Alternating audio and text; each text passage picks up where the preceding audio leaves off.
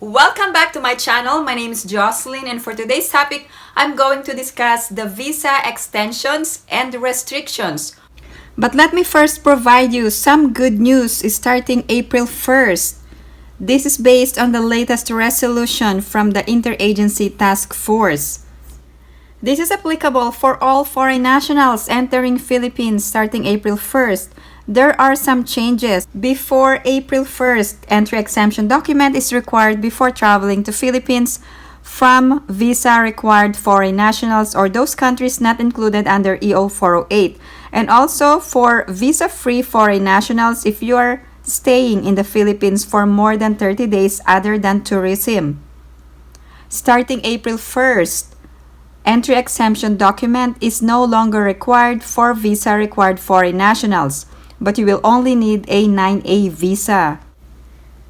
The good news is that for non-visa required foreign nationals or foreign tourists, if you are staying more than 30 days for purposes other than tourism, you no longer need an entry exemption document. So this is great news because this EED is really hard to acquire.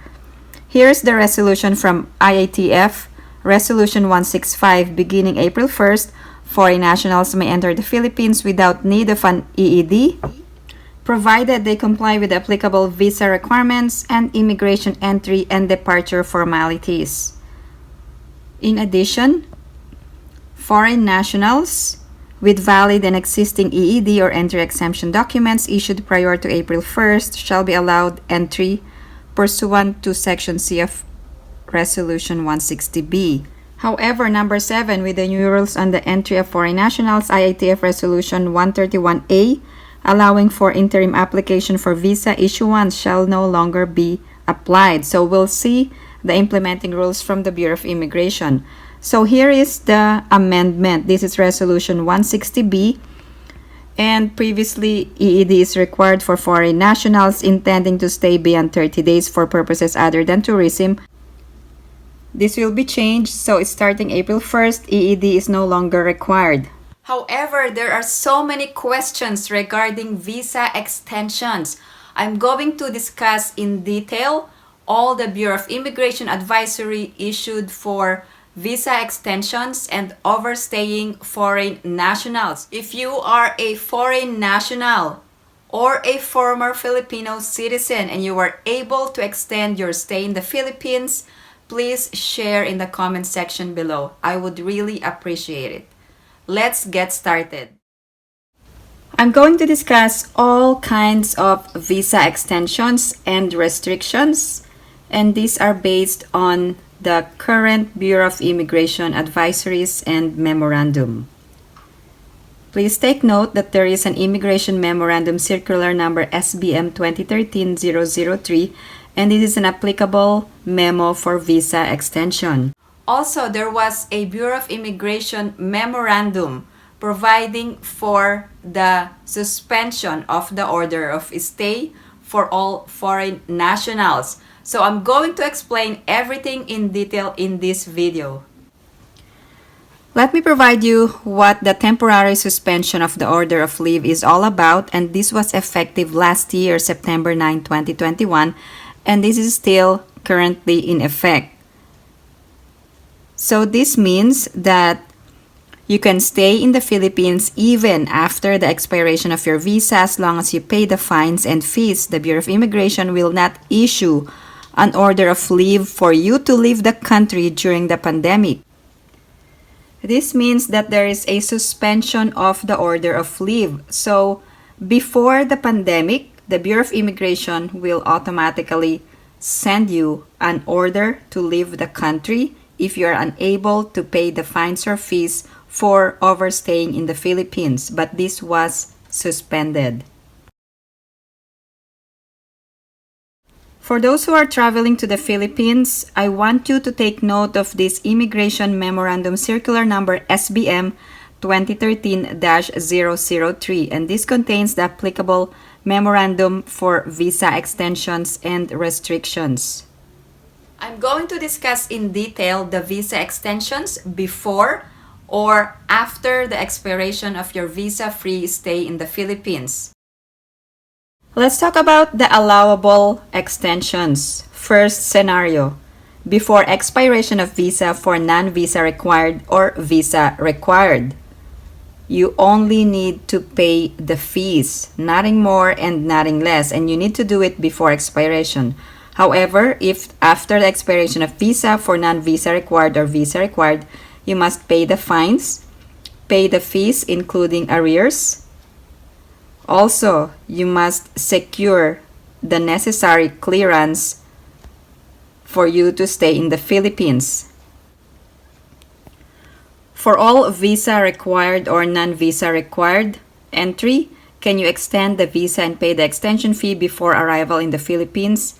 The answer is no. You must be in the Philippines to do the extension. You must visit the nearest Bureau of Immigration office to pay and extend your visa. For those who are vaccinated, walk-ins are allowed. And for those unvaccinated, you must secure an online appointment. This is based on the Bureau of Immigration memorandum regarding serving their clients.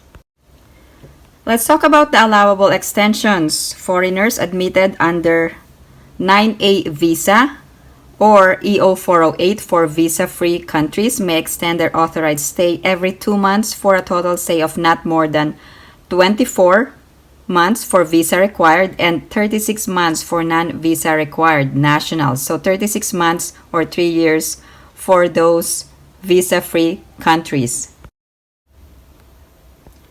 Let's talk about allowable extensions for foreigners with derogatory records. Foreigners included in the Bureau's derogatory list shall be allowed to extend or update their authorized stay as temporary visitors, provided that their inclusion in the derogatory list is not the ground of having overstayed in the country.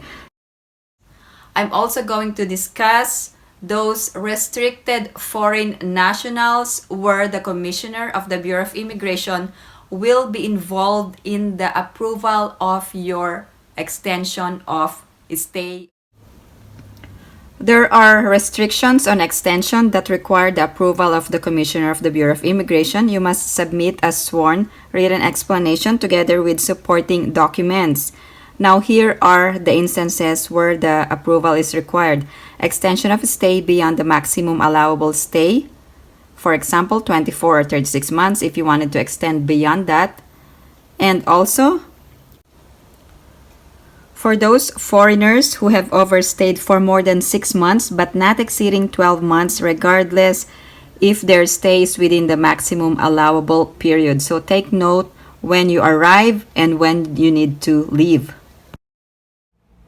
So foreigners admitted under Section 9A, so meaning those who are holders of a 9A visa or under Executive Order number 408, which means those Balikbayan visa holders, including their foreign spouse or foreign children.